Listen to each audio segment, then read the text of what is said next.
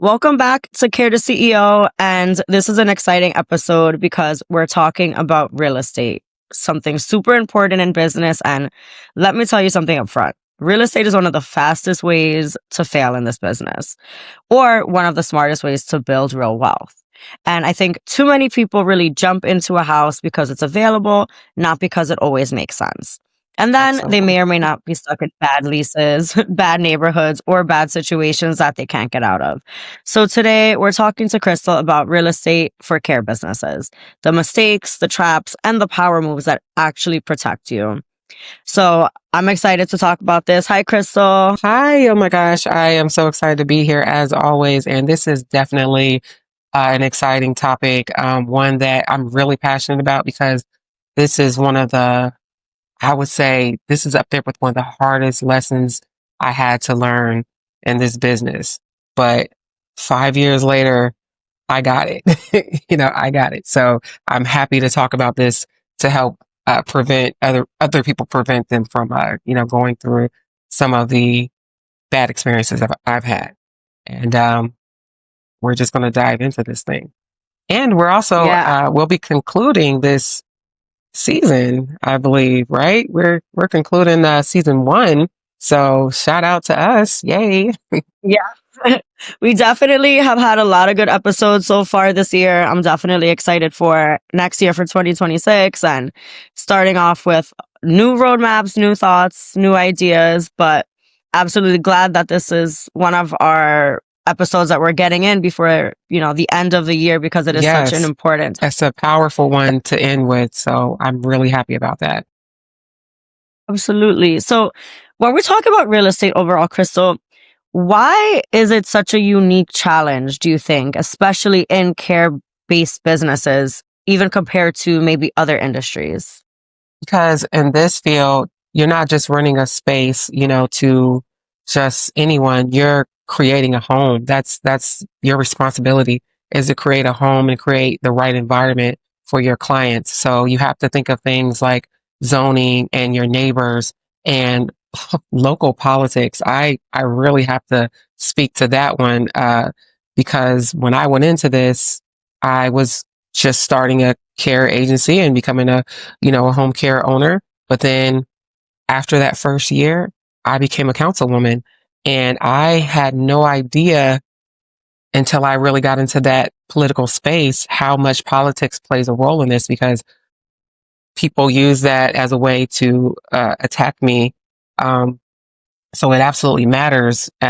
Real estate is something that really sits at the intersection of compliance, uh, and comfort and cash flow. So it matters. It matters more than anything in this field, especially if you are planning to uh, operate your business the way that many of us do as group homes, where you're not just going into other people's home, but you are essentially providing the home for your clients. So you have to take so many things into consideration. This isn't Airbnb. This is actually someone's home. You are helping to create someone's home. So this isn't just about your business. This is about creating the right space and the right environment. So it all matters. Absolutely. That is such a good point. Like you said, it's not an Airbnb. It is someone's home, their live-in space. It is, for the most part, pretty permanent.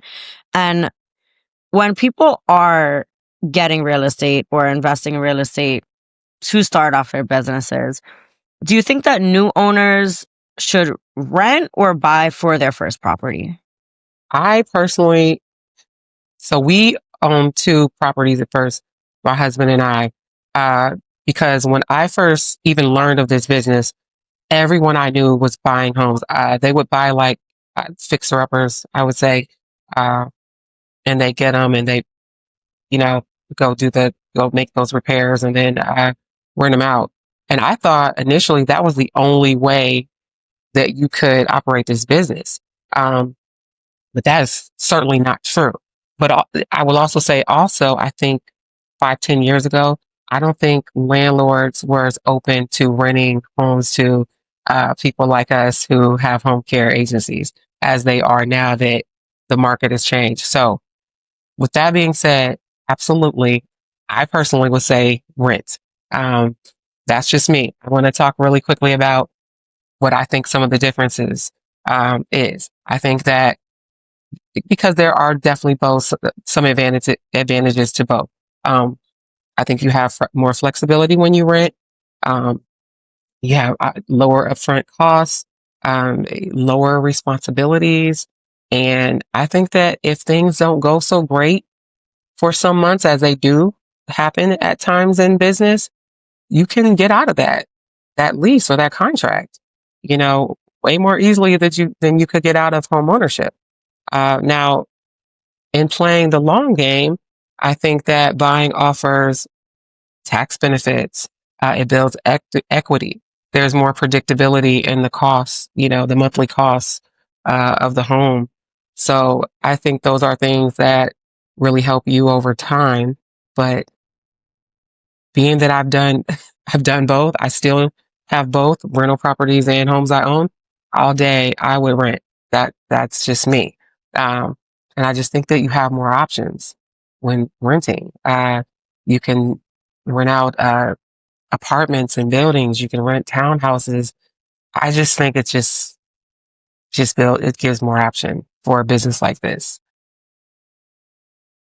Absolutely. Yeah, I totally agree, just not as a business owner, but when it comes to renting or buying, renting does give you a lot more flexibility, like you said. Yeah, And absolutely. owning a property doesn't make you a CEO, right? What are some of the most common lease mistakes you see new providers make?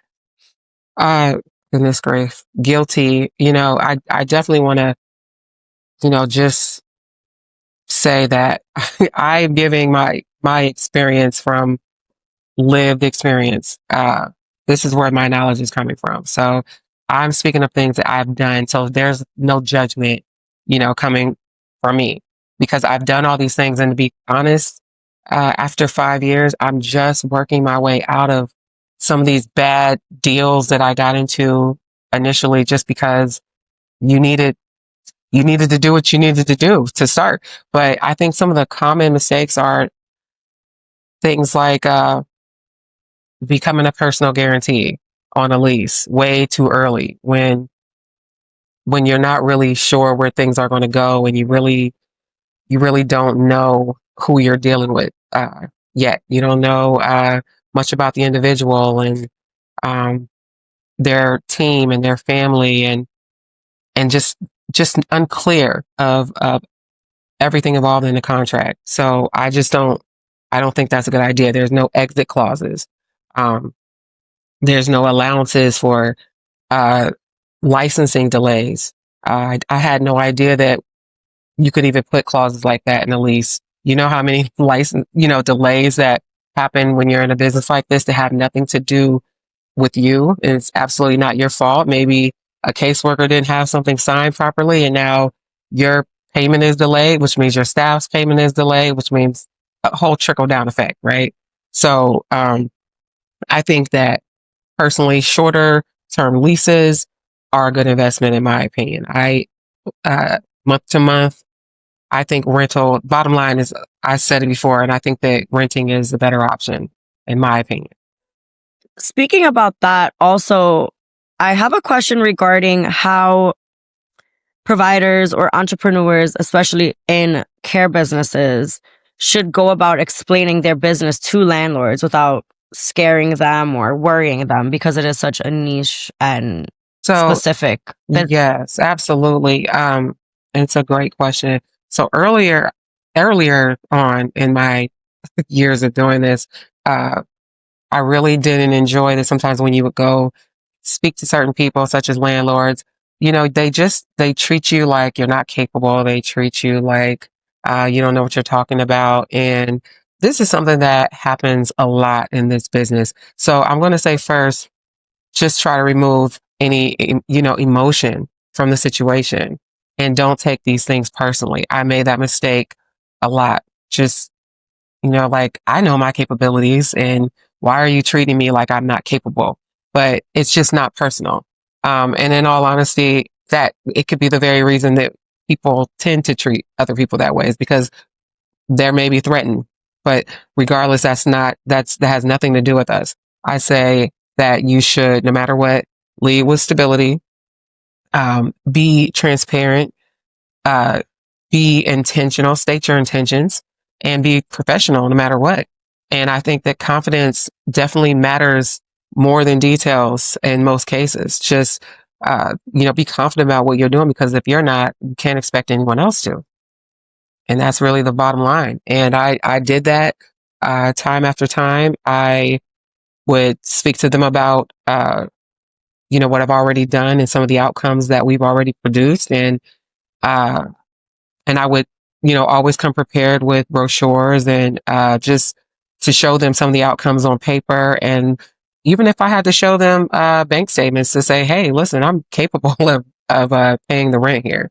Um, but I also let them know that, I'm open to structuring this in a way that's also convenient for both of us, and that we can both be comfortable. We can come up with something that we are both, that all parties are comfortable with. And I think every time I did that, it was just fine.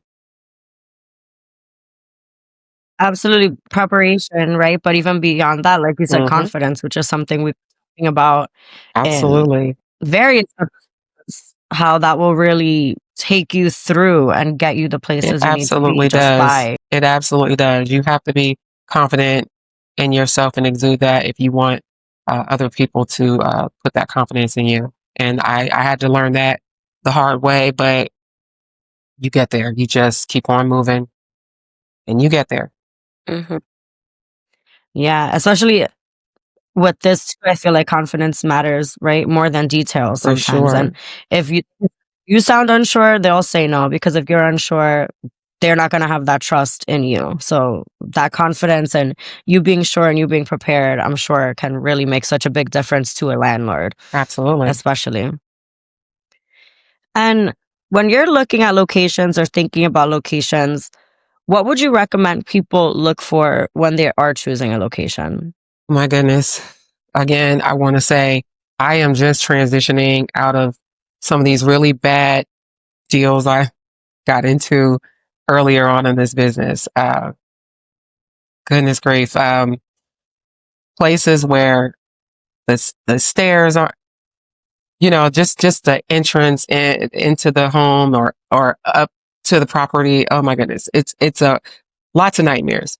So definitely you want to consider proximity to hospitals, schools, because I take care of, in my company, we provide care for many, uh, individuals who are young and still in school, and some who work.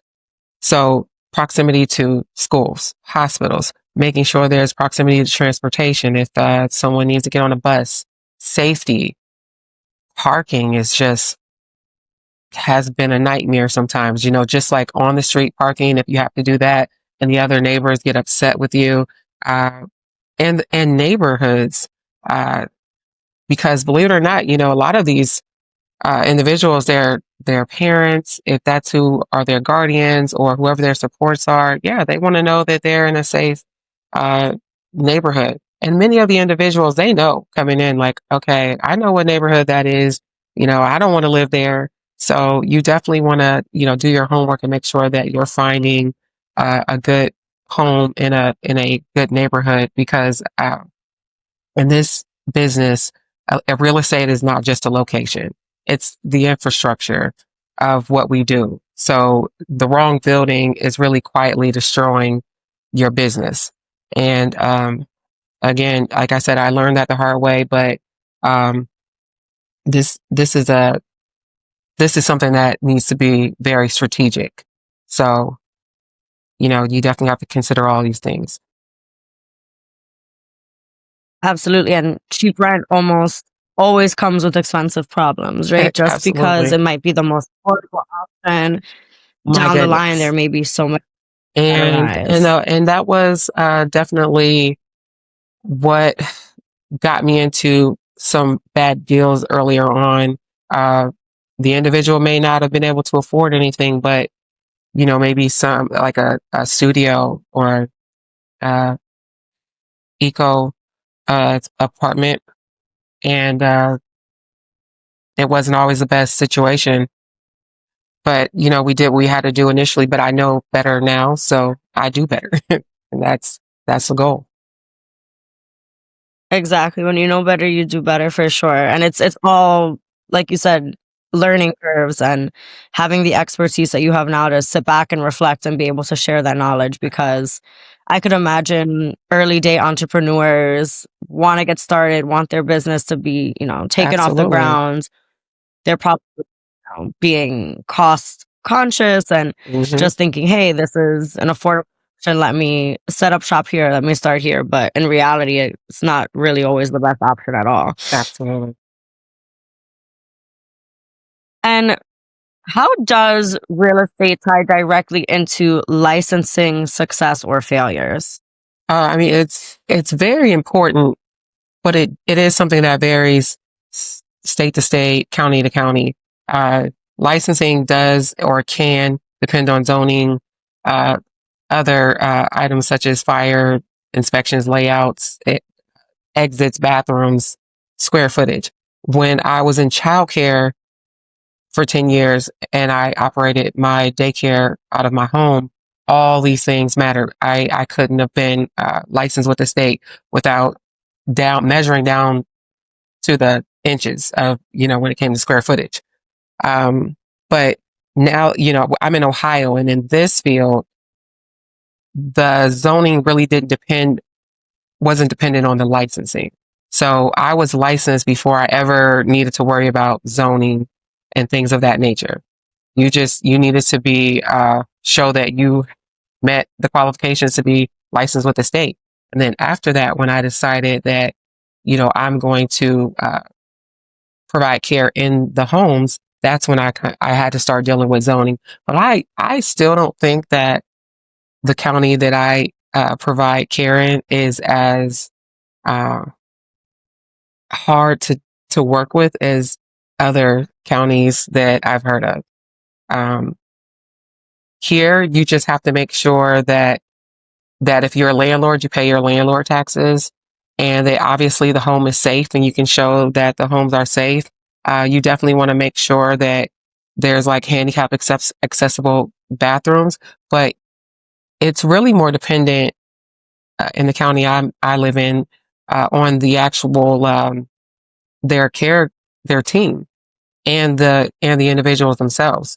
So when they do the walkthrough, if they like the home and the home is safe and it meets all the city zoning, then we're good here. But I have heard some that is not always the case in other places, and that the requirements might be a lot more tighter than here. So you really just have to check with your local zoning department to find out exactly what is required. Absolutely. And it goes, I'm sure every state is different, but like you're saying as well, each county has their own They different do licensing process. Yeah, they do. regulations. And regulations, absolutely. And policies. So you just have to check into that and do your due diligence on that in that area. And absolutely. And that goes back to also choosing the right location, because you can't really license your way out of a bad You building if you're absolutely, not equipped. Much you can do to there's fix nothing you it can do. and abide by the regulation. No, you don't. You get yourself caught in something and it just feels a little like a nightmare, until you can get out of it.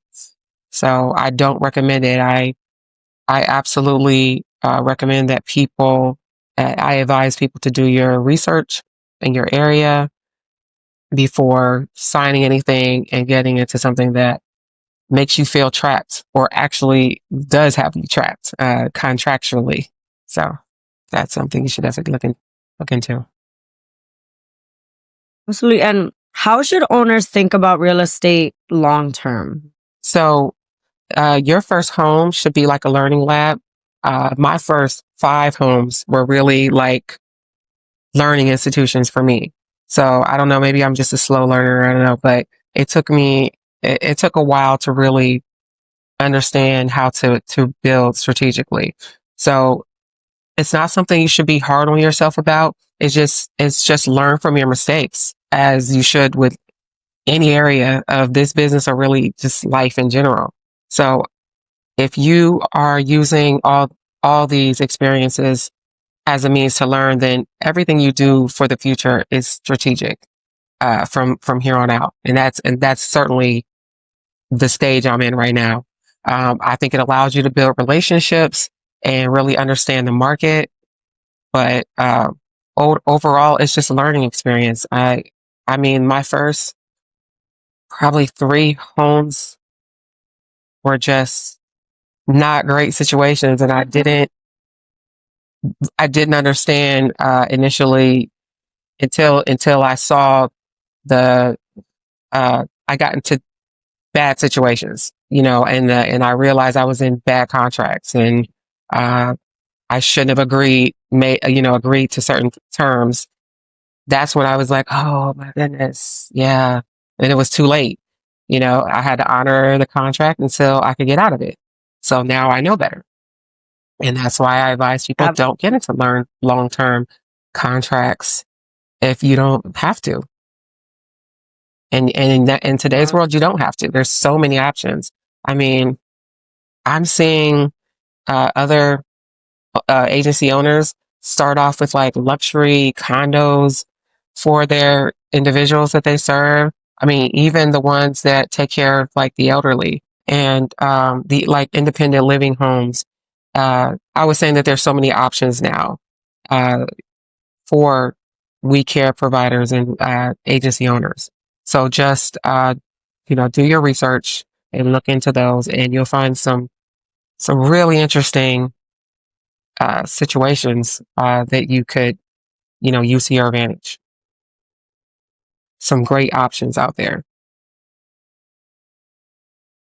And the goal isn't just to own a home, it is to build options, right? And it sounds Absolutely. like with your expertise, like you said, you've had over 5 at this point. Yeah. So you've learned a lot. So in terms of someone who may be starting out, or maybe potentially not starting out, but someone who may be in a bad lease or feels like they may have not made the right decision, what would you say to someone who already did this, already signed a lease, already is in a bad lease, or feels stuck? Well, I would say definitely seek counsel. That is something that I didn't do initially. Everything just seemed like such a mountain when I first started. It's like, you need some of these things, like, you need an attorney, but when you think about these things when you're starting out, and being that I'm giving this information from my experience, which is someone who had little to nothing versus someone who had, like, I don't know, $1 million in working capital, an entire team, and all this support. I'm giving this information from my perspective, which is your average person coming into this, and you probably don't have very much to start. So I'm trying to teach people to start with what they have at least. But there is someone out there to help you with everything. I say seek legal counsel, because as expensive as you and big as you make that in your head, if you search for it, you will find what you need. And that's what I think. There's a way for you to get out of this situation, but you're going to likely you're going to have to go do some research. You're going to have to find the right attorney, the right team. Go to your local organizations that are for housing, and injustice against housing. Because it's out there. You just have to go seek it, and you'll find it. And likely there's an answer right in your face, but people are banking on you to not know that, or not search for it, or to be too stressed out to look for it. So don't be that person. Just go find it. It's probably right up the street from you, a phone call away. So yeah, because these things happen. And as business owners, we can't let these things stop us, because these things happen all the time. So it still goes with my motto: keep going, keep moving, get it done. And life goes on without, after. There's life after all these situations. There is times where I swear I held my breath it felt like I was holding my breath for like months. And then finally, when you work your way out of a situation and you just breathe and you're like, okay, I didn't die from that. It seemed like it was the end of the world, but it wasn't. So keep on going. Absolutely. I think that's such good advice because thinking about legal counsel might not even cross somebody's mind at that point. They're thinking they're Yes, stuck. They're thinking they can't do anything about it. They signed this. absolutely. So even pointing that out is something I wouldn't have thought of that right away. I'm Oh sure a my lot of goodness. people I made thought that such a process. hard, I never thought of it. There are so many situations that I just didn't think that I could just go to an attorney. Now I have an attorney on retainer. And when I have him get on Zoom calls with me just for, just a typical meeting with someone's team, just so he can be present for what's going on. Because yeah, people, they flip things around, they try things, and yeah, you need to have representation. And when you really look into it, you're like, I could do this. Mhm. And I also, obviously not a business owner, but do know that when it comes to legal representation, there are often a lot of free to low cost services that Right. are out there. I know it takes a Absolutely. That's exactly. And there's an organization for every situation that offers little to nothing, for you to get assistance from them, in all honesty. So you just have to find it. and one bad decision doesn't define your entire business. Like you said, No, it's also not forever. no, These things are temporary, especially with rentals. Like you said, if you're starting out, that's why rentals might be a better option as well, just because it's more of a short term commitment, especially while you're learning and doing all these other things as well. absolutely. Absolutely. And real estate is not about rushing, it's about thinking like a CEO, not just a caregiver. Slow down, ask the right questions, make sure you're asking informed questions, and really protect your future. So, if this episode stuck out to you, saved you from a bad lease, or gave you clarity, or maybe helped you think in a different direction if you're in a current situation with a lease that is not ideal for you, share with someone who is house hunting right now or looking for a property for their business, because this is part of the business too. And it is very important to think about all of these things when you're starting out or making that next move. Absolutely. This has been such a great episode. And like I said, it's something that's really passionate to me because I know these real estate is something that can cause a lot of mistakes, that can really affect your business. So, and stay tuned because one of the next conversations is going to be business tax, because that's another big one that can really just tank your business. So, we got to have that discussion. But uh, follow me on caretoceo.com. And, we're going into season 2. So thank you for, sticking with us and all your support. And, we're going to grow. We're going to all grow together. Absolutely. I know all of our listeners have probably learned so much. I've learned so much. Thank It's always you. an exciting conversation with you. I appreciate And I it. know a lot of good conversations to be had. So, like Crystal said, follow her everywhere. Also, her mentorship program is still thriving. So, there's Yes, also that as well. absolutely. Uh, Always up to something. absolutely. Very Absolutely. busy. Yes, yes. Thank you. We'll see you next time. Well, absolutely. See you next time. Happy New Year Happy New Year. to a great Yes, we're six. going into the new year strong. Absolutely. Well, it's always great talking to you, and we will be back next time.